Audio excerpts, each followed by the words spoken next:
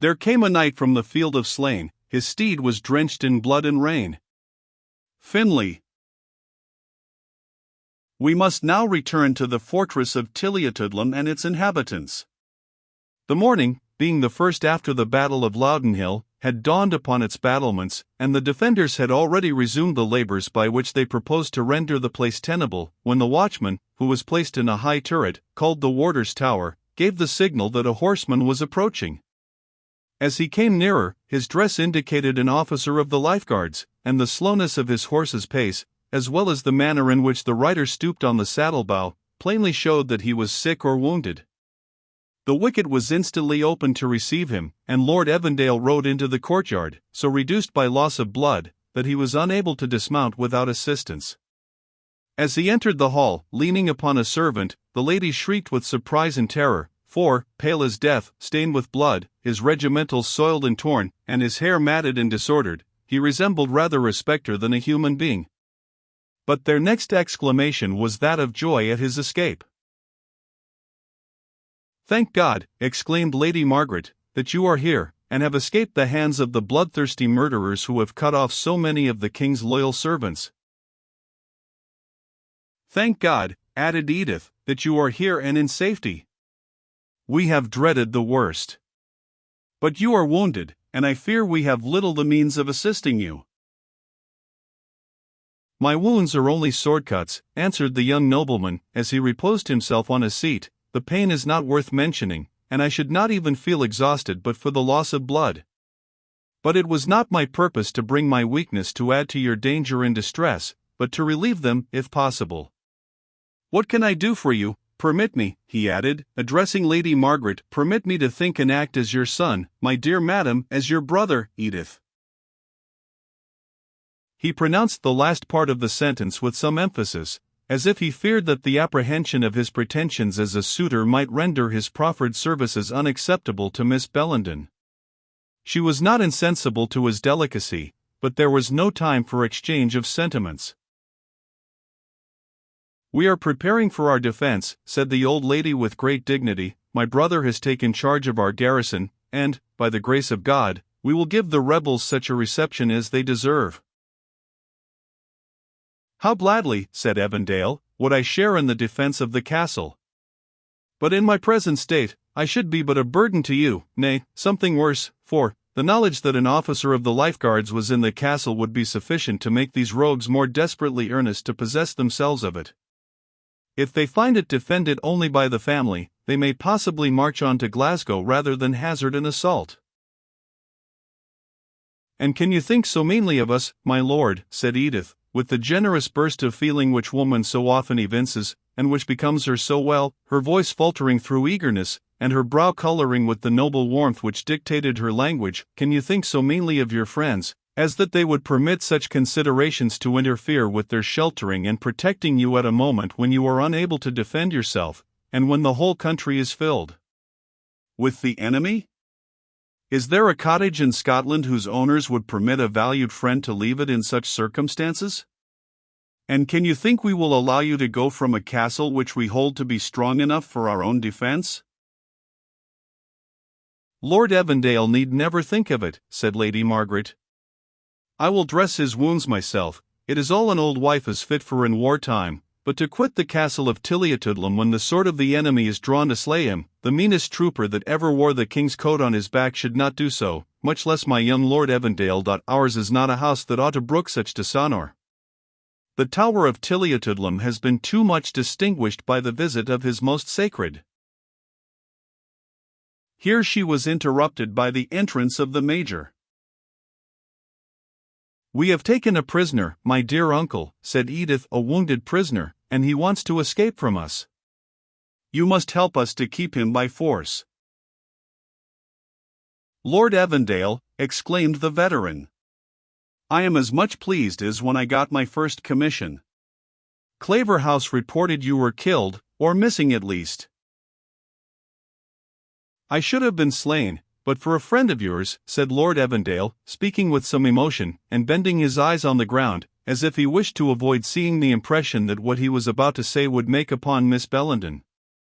"I was unhorsed and defenseless, and the sword raised to dispatch me, when young Mr. Morton, the prisoner for whom you interested yourself yesterday morning, interposed in the most generous manner, preserved my life, and furnished me with the means of escaping." As he ended the sentence, a painful curiosity overcame his first resolution. He raised his eyes to Edith's face, and imagined he could read in the glow of her cheek and the sparkle of her eye, joy at hearing of her lover's safety and freedom, and triumph at his not having been left last in the race of generosity. Such, indeed, were her feelings, but they were also mingled with admiration of the ready frankness with which Lord Evandale had hastened to bear witness to the merit of a favoured rival, and to acknowledge an obligation which, in all probability, he would rather have owed to any other individual in the world. Major Bellenden, who would never have observed the emotions of either party, even had they been much more markedly expressed, contented himself with saying, "Since Henry Morton has influence with these rascals, I am glad he has so exerted it, but I hope he will get clear of them as soon as he can. Indeed, I cannot doubt it. I know his principles, and that he detests their cant and hypocrisy. I have heard him laugh 1,000 times at the pedantry of that old Presbyterian scoundrel, Poundtext, who, after enjoying the indulgence of the government for so many years, has now, upon the very first ruffle, shown himself in his own proper colours, and set off, with 3 parts of his crow-peered congregation, to join the host of the fanatics. But how did you escape after leaving the field, my lord?" "I rode for my life, as a recreant knight must," answered Lord Evandale, smiling. "I took the route where I thought I had least chance of meeting with any of the enemy, and I found shelter for several hours. You will hardly guess where." "At Castle Bracklawn, perhaps," said Lady Margaret, "or in the house of some other loyal gentleman?" "No, madam. I was repulsed, under one mean pretext or another, from more than one house of that description, for fear of the enemy following my traces, but I found refuge in the cottage of a poor widow, whose husband had been shot within these 3 months by a party of our corps, and whose 2 sons are at this very moment with the insurgents." "Indeed," said Lady Margaret Bellenden, "and was a fanatic woman capable of such generosity, but she disapproved, I suppose, of the tenets of her family?" "Far from it, madam," continued the young nobleman, "she was in principle a rigid recusant, but she saw my danger and distress, considered me as a fellow creature, and forgot that I was a cavalier and a soldier. She bound my wounds, and permitted me to rest upon her bed, concealed me from a party of the insurgents who were seeking for stragglers, supplied me with food, and did not suffer me to leave my place of refuge until she had learned that I had every chance of getting to this tower without danger." "It was nobly done," said Miss Bellenden, "and I trust you will have an opportunity of rewarding her generosity." "I am running up an arrear of obligation on all sides, Miss Bellenden, during these unfortunate occurrences," replied Lord Evandale, "but when I can attain the means of showing my gratitude, the will shall not be wanting." All now joined in pressing Lord Evandale to relinquish his intention of leaving the castle, but the argument of Major Bellenden proved the most effectual. "Your presence in the castle will be most useful, if not absolutely necessary, my lord, in order to maintain, by your authority, proper discipline among the fellows whom Claverhouse has left in garrison here, and who do not prove to be of the most orderly description of inmates, and, indeed, we have the colonel's authority, for that very purpose, to detain any officer of his regiment who might pass this way." "That," said Lord Evandale, "is an unanswerable argument, since it shows me that my residence here may be useful, even in my present disabled state." "For your wounds, my lord," said the Major, "if my sister, Lady Bellenden, will undertake to give battle to any feverish symptom, if such should appear, I will answer that my old campaigner, Gideon Pike, shall dress a flesh wound with any of the incorporation of barber surgeons. He had enough of practice in Montrose's time, for we had few regularly bred army chirurgeons, as you may well supposed. You agree to stay with us, then?" "My reasons for leaving the castle," said Lord Evandale, glancing a look towards Edith, "though they evidently seemed weighty, must needs give way to those which infer the power of serving you. May I presume, Major, to inquire into the means and plan of defense which you have prepared? Or can I attend you to examine the works?" It did not escape Miss Bellenden that Lord Evandale seemed much exhausted both in body and mind. "I think, sir," she said, addressing the Major, "that since Lord Evandale condescends to become an officer of our garrison, you should begin by rendering him amenable to your authority, and ordering him to his apartment, that he may take some refreshment ere he enters on military discussions." "Edith is right," said the old lady. "You must go instantly to bed, my lord, and take some febrifuge, which I will prepare with my own hand, and my lady-in-waiting, Mistress Martha Weddell, shall make some friar's chicken, or something very light. I would not advise wine nut, John Guttiel. Let the housekeeper make ready the chamber of dais. Lord Evandale must lie down instantly. Pike will take off the dressings, and examine the state of the wounds." "These are melancholy preparations, madam," said Lord Evandale, as he returned thanks to Lady Margaret, and was about to leave the hall, "but I must submit to your ladyship's directions, and I trust that your skill will soon make me a more able defender of your castle than I am at present. You must render my body serviceable as soon as you can, for you have no use for my head while you have Major Bellenden." With these words he left the apartment. "An excellent young man, and a modest," said the Major. "None of that conceit," said Lady Margaret, "that often makes young folk suppose they know better how their complaints should be treated than people that have had experience." "And so generous and handsome a young nobleman," said Jenny Dennison, who had entered during the latter part of this conversation, and was now left alone with her mistress in the hall, the Major returning to his military cares, and Lady Margaret to her medical preparations. Edith only answered these encomiums with a sigh, but, although silent, she felt and knew better than anyone how much they were merited by the person on whom they were bestowed. Jenny, however, failed not to follow up her blow.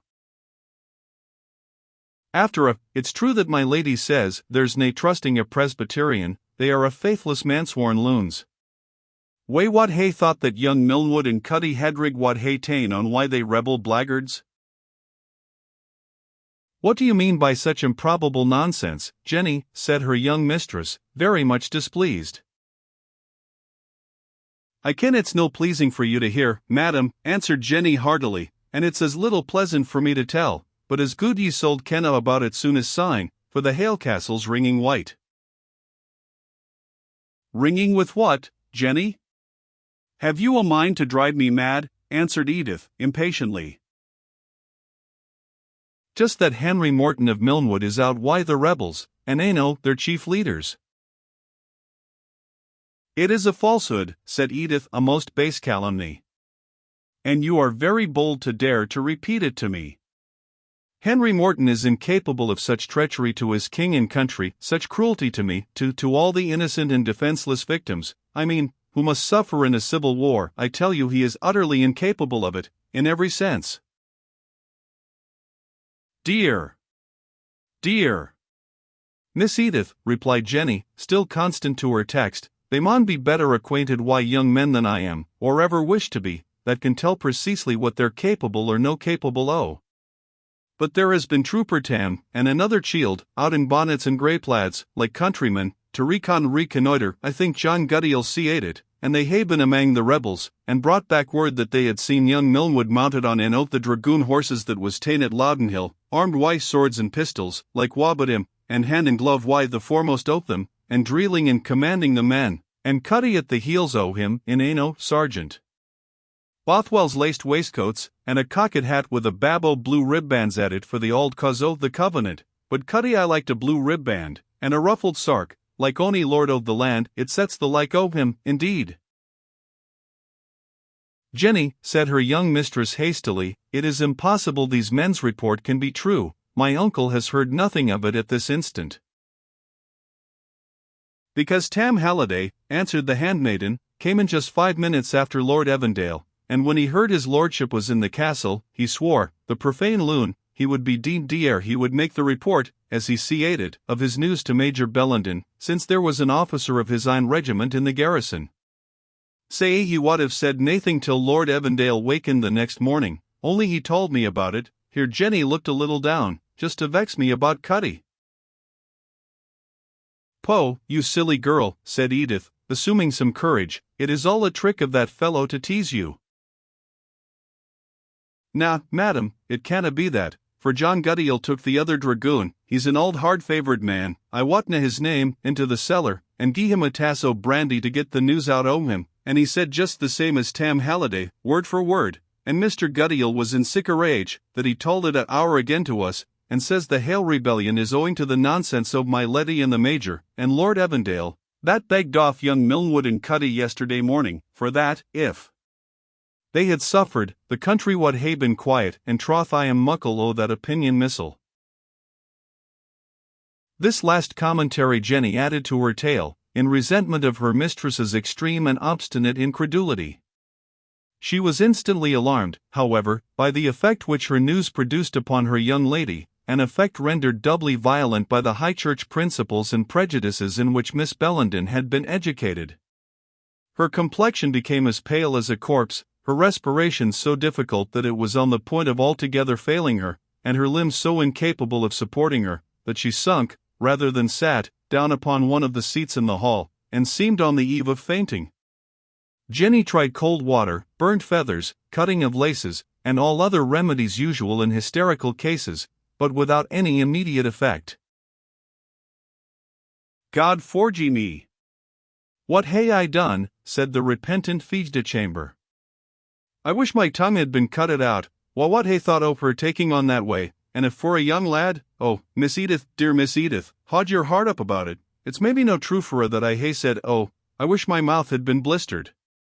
A body tells me my tongue will do me a mischief some day. What if my Letty comes? Or the Major, and she's sitting in the throne, too, that naebody has said in since that weary morning the king was here, oh, what will I do? Oh, what will become o' us?" While Jenny Dennison thus lamented herself and her mistress, Edith slowly returned from the paroxysm into which she had been thrown by this unexpected intelligence. "If he had been unfortunate," she said, "I never would have deserted him. I never did so, even when there was danger and disgrace in pleading his cause.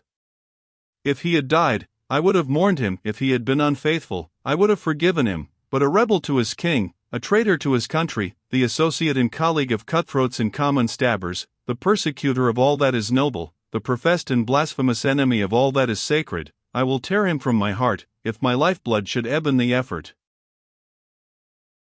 She wiped her eyes, and rose hastily from the great chair, or throne, as Lady Margaret used to call it, while the terrified damsel hastened to shake up the cushion, and efface the appearance of anyone having occupied that sacred seat, although King Charles himself, considering the youth and beauty as well as the affliction of the momentary usurper of his hallowed chair, would probably have thought very little of the profanation.